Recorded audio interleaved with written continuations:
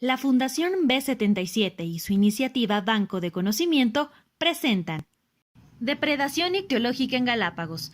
En esta oportunidad, Marcelo Larrea responderá a inquietudes sobre los organismos internacionales que regulan temas de pesca, protección del mar territorial y situaciones que deberían legislarse en el Ecuador. Existen condiciones como para empezar a plantear la formulación de una acción constitucional para plantear la inconstitucionalidad de la adhesión a la CONVEMAR y, en consecuencia, que se denuncie la CONVEMAR. Esto debería hacerlo el presidente de la República de oficio. Esto debería ser la Asamblea Nacional de oficio. Pero ¿qué es lo que ha ocurrido? En el contexto de la pandemia, se aprobó la nueva ley de pesca. En esa ley de pesca, por primera vez en 190 años de historia de la República del Ecuador, se dice que el mar territorial del Ecuador es de 12 meses. Nunca antes ha ocurrido eso. Ni siquiera en los documentos suscritos por el señor Patiño y el señor Correa tuvieron la sinvergüencería de llegar a decir eso. Lo tapaban, lo encubrían, ¿no? Pero ahora se ha establecido esa ley. Es la primera vez que una ley en el Ecuador dice una barbaridad de esa naturaleza. Tenemos que plantear la derogatoria de esa norma de la ley de pesca, la derogatoria, claro, de los artículos pertinentes del decreto 486 que permite la pesca incidental y la comercialización y transporte y el aleteo de tiburones, y tenemos que plantear, claro, la inconstitucionalidad de la CONVEMAR, por cuerda separada, pero hay que hacerlo, o a lo mejor conjuntamente. Pero existen condiciones más favorables porque ya empieza a existir conciencia en la sociedad sobre la gravedad de lo que ha ocurrido, y podemos canalizar un camino para exigir a la Corte Constitucional que se pronuncie estrictamente en derecho, ¿no? Esa es la opción que nos queda, ya que no hay iniciativa en la Asamblea Nacional, no hay iniciativa ejecutiva, una acción ciudadana para la demanda del tema. En Guayaquil ha habido un doctor Alfonso Ortiz Bilbao, que ha planteado inclusive que deberíamos ir a una consulta popular para definir este tema. Eso es lo que nos queda como ciudadanos de a pie frente a regímenes que dan las espaldas a los derechos de la nación. Gracias, Marcelo. La siguiente pregunta se refiere al problema en sí.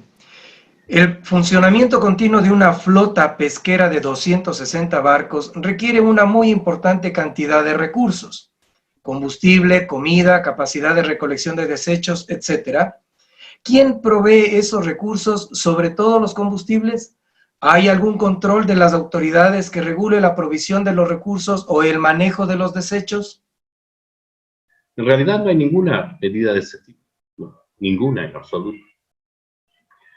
En relación a la regulación de los desechos que se generan y la contaminación, y ya en Galápagos hemos visto, nos han enviado fotos inclusive, los ciudadanos de Galápagos que empiezan a recibir botellas de refrescos de Coca-Cola china, ¿no? En chino, cosas de ese tipo, ¿no? Y una cantidad de basura propia de esta. Son ciudades flotantes realmente, son grandes ciudades industriales flotantes, ¿no? Porque están pescando y al mismo tiempo están procesando y eventualmente salen los productos enlatados de los barcos. Este sistema de abastecimiento circular que tiene les permite a las flotas pesqueras trabajar los 360 días del año sin volver a puerto, ¿no? Y estos sistemas de abastecimiento de combustibles además tienen la perfección de que se les abastece combustible con subsidios para que puedan llevar adelante sus actividades depredadoras. Esto es absolutamente insólito, y al respecto también hay que hacer una denuncia pública y exigir a la familia ecuatoriana que identifique a ellos. Si no me equivoco, el año pasado, o el anterior, si no el 19, el 18, ya se identificó a una empresa que da servicios de abastecimiento de combustible, que estaba vinculada al ministro Campana del gobierno del presidente Moreno y a la familia política de él, al señor, el que tiene nombre de estadio, ¿no? Parece que unos sobrinos de él gestionan una empresa de este tipo, y esas investigaciones quedaron en el aire. Ahora, si es necesario, evidentemente, que se esclarezca quiénes están proveyendo combustible, alimentos y otro tipo de servicios a esta gigantesca flota, ¿no? Gracias, Marcelo. Con esto hemos terminado las preguntas preformuladas que fueron establecidas previamente.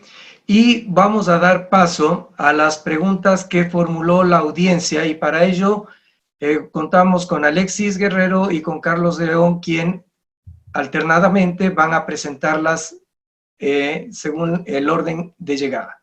Adelante, Alexis. Gracias. Agradecemos los comentarios de los diferentes personas que están participando en esta charla. Pero las preguntas concretas son, primero, la de Rafael Puente, cuya pregunta es: ¿qué organismo internacional debería regular los sistemas de pesca para eliminar el tipo de dragado? ¿Y qué deberíamos hacer para que esto ocurra? Bueno, hay varios organismos internacionales dedicados a los temas de pesca, y estos han tenido de alguna manera una evolución paralela a la verdad. De manera que, de la misma forma como se han ido liberando las esclusas para las operaciones en territorio ecuatoriano, también se han ido liberando los controles y las regulaciones pesqueras. En este sentido, antes, por ejemplo, era prohibido el reabastecimiento de los buques, de manera que los buques tenían que volver a tierra antes de iniciar una nueva operación. Ahora está autorizado. En realidad, la CONVEMAR está absorbiendo, ¿no?, todo ese tipo de mecanismos, bloqueando a los organismos internacionales reguladores de pesca para garantizar los intereses de las grandes empresas pesqueras del mundo, los grandes grupos económicos que han manejado la pesca a lo largo de la historia del mundo.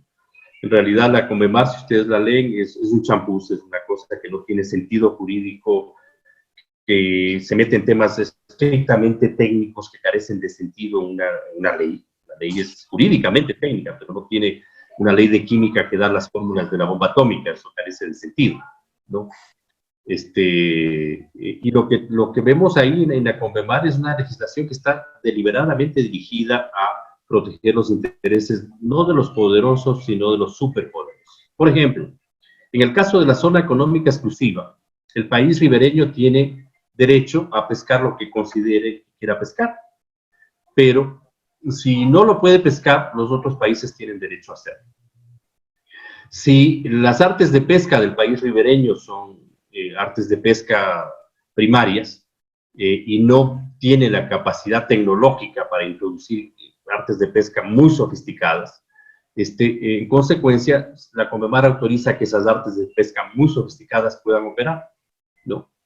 Lo mismo ocurre en la plataforma continental. Son conceptos en los que realmente se ve que hay claramente el interés de proteger a minúsculos grupos hiperpoderosos que han manejado el negocio de la pesca en el mundo con un absoluto desprecio a los equilibrios de la naturaleza, a los ecosistemas, a los derechos de las naciones, a los pescadores pequeños, medianos, grandes. En Ecuador ya no solamente tenemos una pesca artesanal, hay grupos económicos que han crecido significativamente en las últimas décadas y que tienen niveles muy altos de producción pesquera, pero no son los favorecidos por este tipo de decisiones, ni los grandes, ni los medianos, ni los pequeños. Son los hipergrandes los favorecidos de estas decisiones.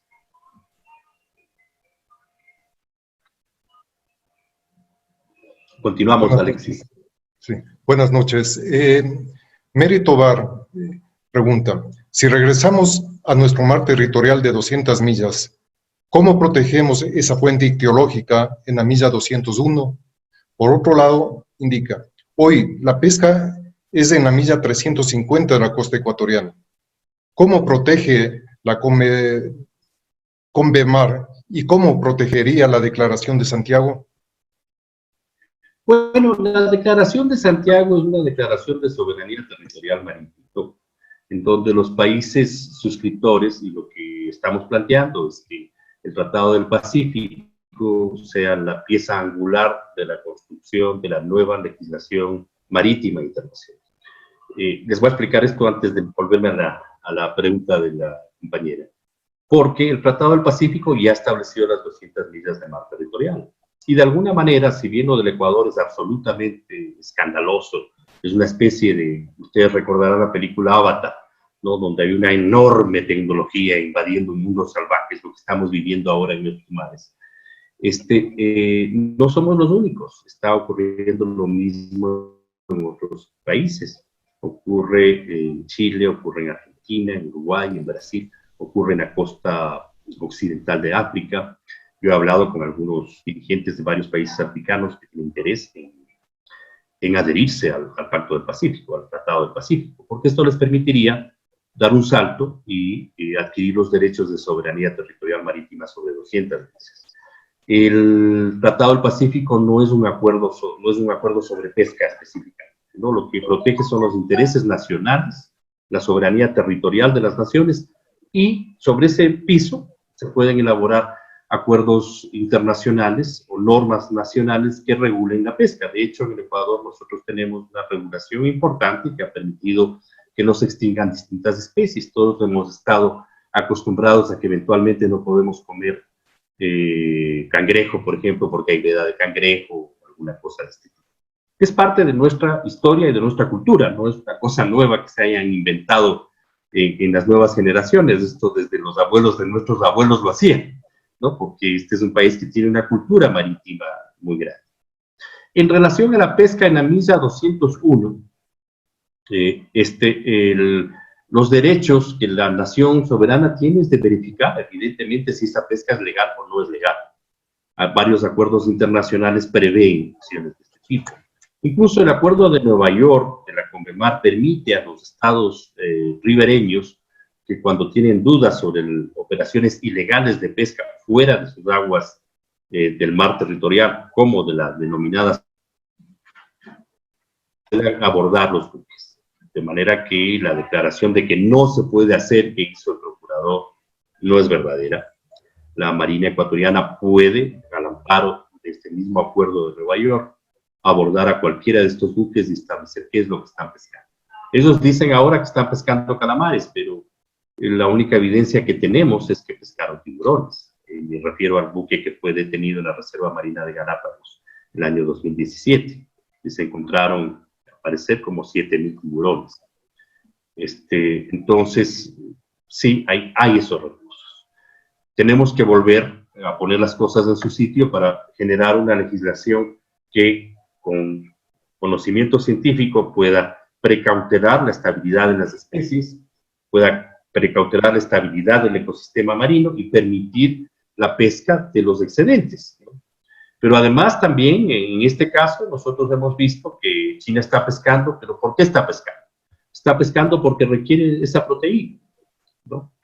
Y Ecuador podría desarrollar una industria pesquera, piscifactorías de alta mar, que sin lesionar los equilibrios ambientales y del ecosistema, nos permitan producir cantidades importantes de proteína marina, de origen marino, para China. Eso puede ser un gran mercado para nosotros. En ese sentido, porque tenemos ventajas comparativas espectaculares. No es de accidente que el camarón ecuatoriano es el mejor camarón del mundo y que estamos vendiendo ahora no sé cuántos cientos de miles o millones de toneladas de camarones a China mismo. Lo podemos hacer formalmente y legalmente sin lesionar nuestros equilibrios, los equilibrios del ecosistema, y generar además una fuente de solución de problemas económicos del país. Varias preguntas ya han sido respondidas y procedo a leer la de Francisco Garay. ¿Cómo combate la declaración del mar territorial de 200 millas, el aleteo y todas las acciones que usted indica? ¿Cómo combate tener un mar de 200 millas de mar territorial, la pesca en la milla 201? Bueno, el mar territorial de 200 millas, ya explicamos ese tema. El tema del aleteo no, porque el tema del aleteo es un tema nuevo, ¿no? El Tratado del Pacífico se suscribió en el año de 1952, sus negociaciones empezaron en 1947. El gran drama que tenían ahí en ese momento era la pesca depredadora de ballenas y de anchoveta en particular, ¿no? El tema del tiburón y la pasión por el tiburón ha surgido en las últimas décadas, fundamentalmente por el polvo de las aletas de tiburón. 15 gramos de aletas de tiburón, de polvo de aletas de tiburón, vale $200. No se pueden imaginar la magnitud del negocio. Las 30.000 no sé exactamente las cifras, si eran kilos o toneladas, que se decomisaron en Hong Kong hace pocos meses, implican un negocio al precio al consumidor que está sobre los 60.000 millones de dólares. La forma de acabar con este negocio infame, que además está depredando los mares, con consecuencias graves, no solamente en el mar de Galápagos, sino en todos los mares del mundo, es derogando las normas del decreto expedido por Correa, que expresamente legaliza la pesca incidental del tiburón, la comercialización, el almacenaje y el aleteo de los tiburones. Entonces les cortan cruelmente las aletas de los tiburones y botan los cuerpos al mar. Tiene consecuencias graves para nosotros. Y es perverso que eso ocurra, evidentemente. No son tiburones discapacitados y no tienen derecho a carnet ni a comprar automóviles sin impuestos. Entonces, eso ese pedido lo hicimos. Yo tuve una comparecencia ante el Consejo de Participación Ciudadana hace algunas semanas y expuse el drama del tema del aleteo del tiburón y obtuvimos una victoria porque unánimemente el Consejo de Participación Ciudadana resolvió solicitar al presidente Moreno y a la Asamblea Nacional la derogatoria de las normas de ese decreto 486 expedido por el presidente Correa. Carlos Villasís consulta, ¿cómo en otras situaciones graves del país la denuncia sobre este problema vino de una organización internacional? Si la Marina está a cargo de vigilar y proteger la soberanía y la protección de los recursos nacionales, ¿por qué no denunciaron esta situación? La presencia de una flota tan grande y con potencial depredador tan grande no puede pasar ignorada. Efectivamente, así es, pero ocurre que ahí hay fallas muy serias de la ley, ¿no? Inclusive, la primera tarea, naturalmente, es denunciar la CONVEMAR, es hacer el juicio ante la Corte Constitucional, si es que las autoridades públicas no asumen la iniciativa como les corresponde por mandato legal, por la naturaleza de sus funciones, pero inmediatamente habrá que examinar quiénes son los marinos que promovieron la CONVEMAR, quienes elaboraron esos estudios fraudulentos mediante los cuales se creó la absurda ilusión de que el Ecuador va a ampliar su mar territorial a 350 millas de plataforma continental, ¿no? Es algo que no tiene ningún sentido, ¿no? De pedir que nos reconozcan el derecho a establecer naves, aeropuertos o bases de disparo de naves espaciales a 20.000 metros de altura del Chimborazo carece de sentido porque el Chimborazo no tiene 20.000 metros de altura, ¿no? Pues por más de que nos den el derecho, no tiene ningún sentido. En consecuencia, todo este gran fraude que ha sufrido el país tiene que ser desenmascarado. Y los responsables de este fraude, que han cometido un acto de traición a la patria, un vergonzoso acto de traición a la patria, deben ser llevados a los tribunales y juzgados. Pero además ellos tuvieron la precaución de eliminar la figura de traición a la patria en la Constitución del año 2008. No me queda duda de que lo hicieron porque estaban obsesionados por cumplir este propósito, ¿no? Pero sin embargo, el derecho se basa en la costumbre y la traición a la patria ha sido condenada en el país en varias ocasiones, de manera que habrá que recurrir a los antecedentes jurídicos precedentes para juzgarlos por un delito que no debió haber sido eliminado nunca de la Constitución de la República, que es este delito de traición a la patria. La siguiente pregunta de William Mina. ¿Cuáles fueron los argumentos de Correa para adherirse a la CONVEMAR? ¿Cuál es el trasfondo de esta adhesión? Bueno, el argumento de Correa básicamente, o con el que quiso encubrir la adhesión a la CONVEMAR, fue que la CONVEMAR ampliaba nuestro mar territorial, ¿no? Lo cual es una infamia. Estamos hablando de un mar territorial de 200 millas a 12, la pérdida de 188 millas de mar territorial, y tuvo la audacia de decir que la CONVEMAR ampliaba el mar territorial a 350 millas, porque podemos reclamar la plataforma continental de 350 millas, algo que carece completamente de eso. Fue realmente un fraude. Todos recordaremos, los que vivimos en Ecuador, su campaña de "El futuro está en el mar", y toda la gran campaña que hizo, que era precisamente una campaña que estaba haciendo contra quienes en distintos, dentro de los límites de nuestras posibilidades, estábamos denunciando las consecuencias graves de la COVID. Y eso les llevó a hacer esa gran campaña publicitaria y para aplastarnos con millones de dólares generados en publicidad. Pero todo eso es un fraude. Y el fraude tenía que verse. Y ahora ya lo estamos viendo. Lo que advertimos en el debate precedente a la adhesión a la CONVEMAR se ha cumplido. Estamos viendo cómo gigantescas flotas pesqueras saquean nuestros mares y se llevan miles y miles de millones de dólares cada año, ¿no? Hemos visto cómo están depredando nuestros mares. Entonces, el argumento de él es este argumento de que la plataforma continental llega a 350 veces. Pero incluso si nos concediesen la plataforma continental, que sería un fraude, ¿no? No puede hacerse de otra manera, no nos sirve de nada porque no existe la plataforma continental, ¿no? Entonces es un gran engaño, es un mega fraude de lo que hemos sido víctimas. Y es hora de que los ecuatorianos despertemos, comprendamos esta dolorosa realidad, nos unamos y reivindiquemos nuestros derechos, mi querido William.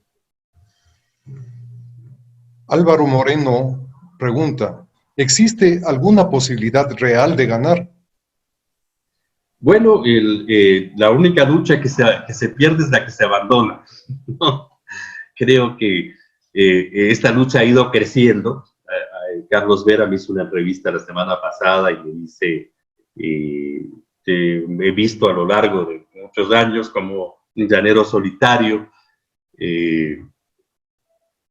peleando por este tema, pero en realidad no he sido el único. Ha habido prestigiosos historiadores y defensores de los derechos del mar que han hecho una contribución muy importante durante todo este tiempo. Héctor Villagrán Lara en Guayaquil, Diego Delgado Jara en Cuenca y algunas otras personas de distintas partes del país, desde distintos puntos de vista y desde distintas posiciones ideológicas. Pero ahora este tema ya ha herido la sensibilidad, está hiriendo la sensibilidad de más y más ecuatorianos y despertando su conciencia. Entonces, sí, no es una lucha fácil, pero tenemos todas las credenciales históricas y jurídicas como para dar una exitosa batalla. No sabemos cuánto tiempo llevará esto, pero va a depender mucho de que nos agrupemos, y que generemos una conciencia de nuestros derechos territoriales marítimos, de que podamos ampliar esta conciencia en toda la población ecuatoriana y podamos seguirla ampliando en distintos países.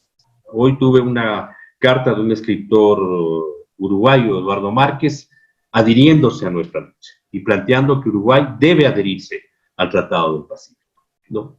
Entonces, este proceso tiene que ir generando una onda expansiva que nos permita reivindicar estos derechos históricos del Ecuador y de todos los países ribereños del mundo, a quienes les están usurpando sus mares. La CONVEMAR es un atraco a la soberanía de las naciones sobre sus legítimos e históricos derechos sobre sus mares. No solo en el caso ecuatoriano, que es el más, ¿cómo les puedo decir? Es el caso específico, porque si bien nosotros, yo mismo, o sea, y todos nosotros no hemos conocido que este mar nuestro es el mar más rico del mundo, eso sí lo sabían, y legislaron deliberadamente para apropiarse del mar más rico del mundo. Y buscaron, claro, un poco de bobos que se subordinen a sus teorías. Les puedo contar una anécdota de un debate que tuve con un distinguido diplomático ecuatoriano, el embajador Luis Valencia Rodríguez, que jugó un papel muy importante en la década del 60, del 70 y del 80 para detener la estrategia de la CONVEMAR. Y que cuando se suscribió el protocolo de la CONVEMAR en 1983, él era canciller de la República y Ecuador no se adhirió a la CONVEMAR. Pero terminó su vida adhiriéndose a la CONVEMAR. Y nos tocó debatir en Radio Quito sobre este tema. Y cuando salimos del debate, eran 3 contra 1 porque era un delegado de la Cancillería, un embajador cuyo nombre no recuerdo, él que era un experto en derecho marítimo del Ecuador, y un asambleísta de la bancada de Correa en contra de las posiciones que nosotros defendíamos, que las defendía solo yo. Él tuvo la delicadeza y la dignidad de acercarse y decirme, usted tiene la razón. Me siento orgulloso de que usted siga. Quiero animarle a que continúe firmemente en esta fe. Yo lamentablemente he tenido que tomar distancia de las posiciones que usted ha planteado y ahora me he sentido avergonzado de no haberlas defendido como debía haberlo hecho. Lo cual habla de su dignidad y de la dolorosa transición que él tuvo que sufrir para terminar apoyando la vida. Pero este es un derecho legítimo de nuestra nación, construido en cientos de años de historia, en los últimos 190 años de historia republicana, y no lo podemos abandonar. Rafael Puente pregunta, ¿se debería enjuiciar a los asambleístas que aprobaron la adhesión a la CONVEMAR y a los que aprobaron la última ley de pesca? Sí, sí, evidentemente, porque ahí está subyacente un acto de traición a la patria. En la reunión de la asamblea en la cual votaron a favor, yo les dije eso, o sea, espero que ninguno de los asambleístas de aquí presentes cometan el crimen de traición a la patria y voten a favor de la adhesión a la CONVEMAR. Lo hicieron con pleno conocimiento de causa, además, lo cual es un doble crimen. Y los asambleístas, el presidente Correa, el ministro Patiño, son responsables de eso. Los ministros de la Corte Constitucional salvaron su voto porque señalaron que eso solamente era posible si se reformaba la Constitución, ¿no? Pero todos los demás tienen responsabilidades, evidentemente, en un acto que es un crimen de lesa patria. Y además es un crimen que ha generado un ecocidio y que ha generado un gravísimo perjuicio a la economía del país. Y los marinos que apoyaron la adhesión a la CONVEMAR, no podemos olvidarnos de ellos. Entre ellos el almirante Arellano, que ahora es embajador de Chile. Correcto, Marcelo, gracias. Perdón, Alexis, perdón, Carlos. El tema que estamos desarrollando es de relevancia histórica para el país, pero tenemos un factor en contra que es el tiempo. Nos hemos excedido y aún hay algunas preguntas por plantearte. Te consulto, ¿aceptarías unas 2 o 3 preguntas más antes de cerrar esta charla? Sí, con todo gusto, Fidel, encantado. Gracias. ¿Cómo no? Continúa entonces, por favor, Carlos. Sí. Mónica García pregunta, si las Islas Galápagos son consideradas patrimonio de la humanidad, ¿qué dicen los organismos internacionales acerca de la depredación de las embarcaciones chinas en la actualidad? Bueno, es doloroso ver que en esta batalla que se está librando ahora en el Ecuador hay varias posiciones, ¿no? Incluso posiciones de sectores que dicen que los chinos no están haciendo nada mal, ¿no? Desde esas posiciones en algunos sectores hasta las posiciones de denuncia de la CONVEMAR. Pero hay varios grupos que están planteando que las soluciones tenemos que buscarlas en el contexto de la CONVEMAR, es decir, la causa jurídica fundamental que origina la depredación masiva de tiburones debe ser intocada, lo cual favorece evidentemente a la CONVEMAR y a la depredación de tiburones.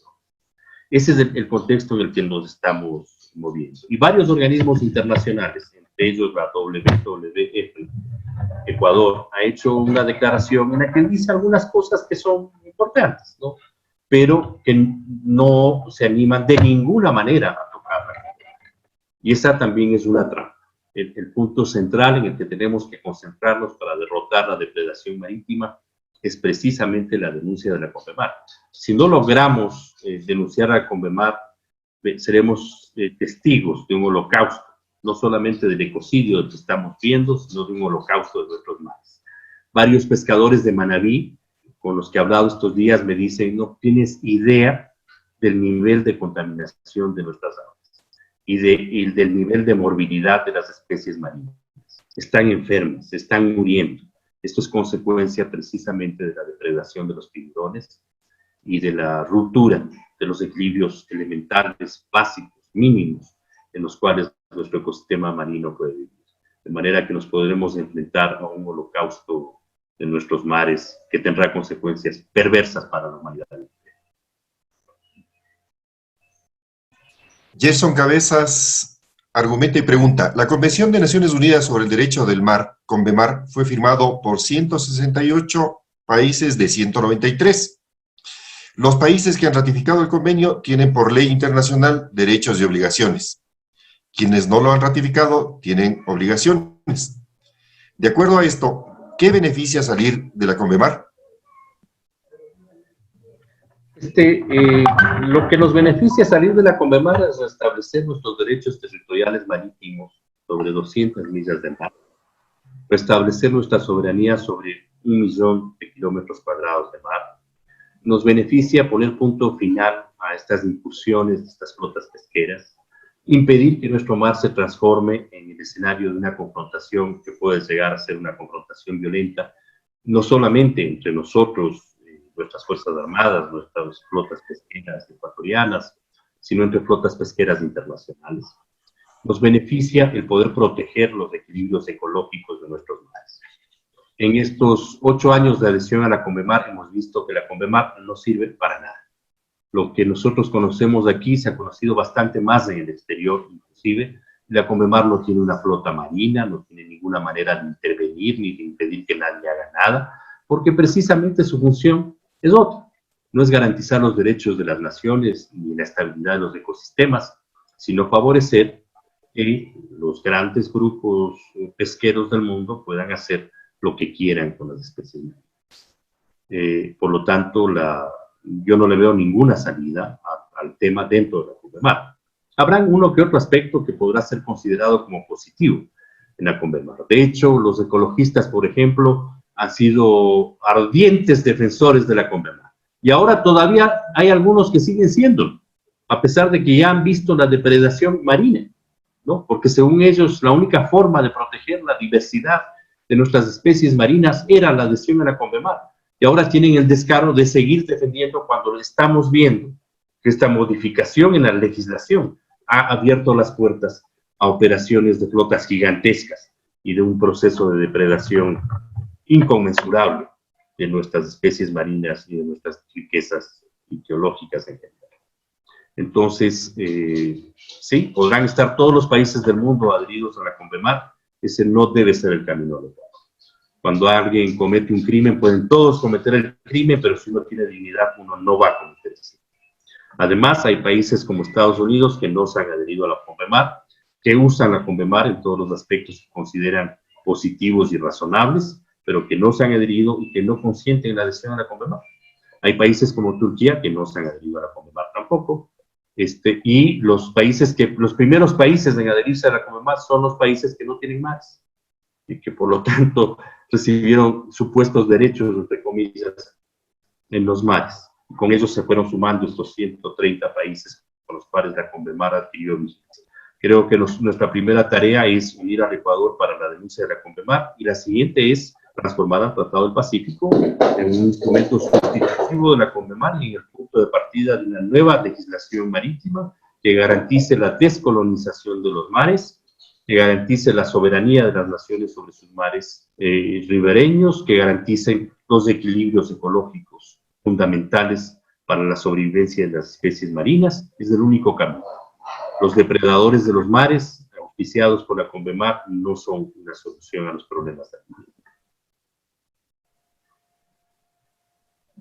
Carlos, la última pregunta, por favor. Sí, Miriam Z dice, el ecocidio ya es reconocido como delito en más de 10 países, pero no se ha conocido la aplicación de penas. ¿Cómo y ante quién se denuncia? Bueno, tenemos que legislarlo en la legislación ecuatoriana, no solamente por los temas que tienen que ver con Galápagos, sino porque nuestro país tiene una diversidad extraordinaria de especies, una diversidad genética extraordinaria que debe ser protegida, y debemos plantear en la legislación internacional que se establezcan normas claras para prevenir el ecocidio. Las consecuencias, por ejemplo, claro, quien está pensando en ganar miles de millones de dólares con la mutilación de los tiburones, vendiendo el polvito de aletas de tiburón, 15 gramos, eso es más que la cocaína, ¿no? $200. Ese es un mercado perverso, ¿no? Les importa poco o nada las consecuencias que esto tiene para los padres. Pero las sociedades no pueden obrar delictivamente. Tenemos que recuperar una actuación digna en el ejercicio de la actividad pública y en el ejercicio del derecho. Por lo tanto, es importante impulsar una legislación sobre el ecocidio en nuestro país y a nivel internacional, de manera que sean sanciones tan serias como deben ser las sanciones que se aplican a los genocidas. Bueno, para cerrar la charla, está por demás. Se quedó congelada la El imagen. sitio inscrito en la lista de patrimonios mundiales de la Organización de Naciones Unidas para la Educación y la Ciencia y la Cultura, en el Día de las Marías, es decir, el 8 de septiembre del año 1978, es decir, un año después de lo que nosotros egresamos del colegio. Se le declaró Patrimonio Natural de la Humanidad. En el 84 se le declaró, además, Reserva Biosfera. Desgraciadamente, en el 2007 ingresó a la lista de la UNESCO de los Patrimonios Mundiales en Peligro, y en el 2010 salió de esa lista. Pero la UICN, es decir, la Unión Internacional por la Conservación de la Naturaleza, criticó esta medida en el 2010 y recomendó que debería mantenerse la lista de sitios amenazados porque todavía queda mucho por hacer. El INGALA, que es el organismo de la Presidencia de la República que gobierna las Galápagos, ha demostrado ser incapaz para superar todos estos problemas ambientales. Creemos que la charla dada por Marcelo Larrea nos ha permitido entender de mejor manera la crítica situación sobre la soberanía nacional, las acciones depredadoras de los intereses chinos, la escasa información sobre este tema y la falta de respuesta del gobierno ecuatoriano. Te agradecemos, Marcelo, por tu brillante conferencia. Muchas gracias, Alexis. Para mí muy grato estar con ustedes. Me alegra mucho ver a algunos compañeros del colegio, del Benalcázar y también de la escuela que nos han acompañado esta noche, y a las personas que nos han honrado con su presencia, que no son de la leva del 77. También les agradezco infinitamente la atención y el interés que han prestado. Antonio Pozo, Gustavo Pumba, Antonio Mosquera, Elina Espinosa, muchas gracias por habernos acompañado. La Fundación B77 agradece tu atención y te invita a continuar visitando nuestro contenido. Síguenos en nuestras redes sociales. Para comentarios o sugerencias, escríbenos al correo fundacionb77@gmail.com.